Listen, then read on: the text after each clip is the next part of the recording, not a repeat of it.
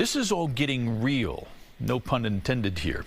The deadline is now coming up on May 7th. Now in Minnesota, you have to understand this has always been an option to get a real ID. In fact, only 41% of us in Minnesota have a real ID driver's license. That means we got 2.7 million who do not have a real ID. And it means they're going to have to use some other form of ID, such as a passport, in order to board a plane after May 7th. Now, the real ID licenses here in Minnesota look exactly like this.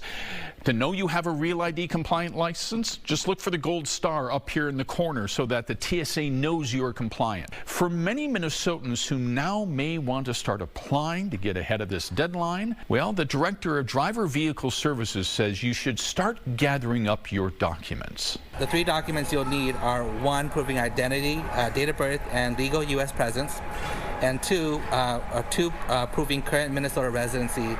You'll also need to know your Social Security number. He says the most commonly used documents in Minnesota are these: a passport or birth certificate to prove your date of birth.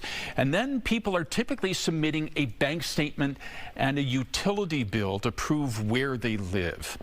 And I want to give you a pro tip here if I can. Pre-apply on drivemn.gov. What you do is you upload your documents and then you set an appointment. So just look for the electronic services. There will be a tab here in the middle to pre-apply. You upload those documents, you set your appointment time, bring those documents then to DVS, and it takes little time. In fact, when I did this last fall, I was in and out in under 10 minutes. When does that ever happen at DVS? And finally, because of the sudden surge to meet the deadline, the current wait time to get it back in the mail is now 45 days. And let me clarify here finally, you can still use your passport as an ID to get on the plane, but the real ID can make it just a little bit more convenient and seamless for you.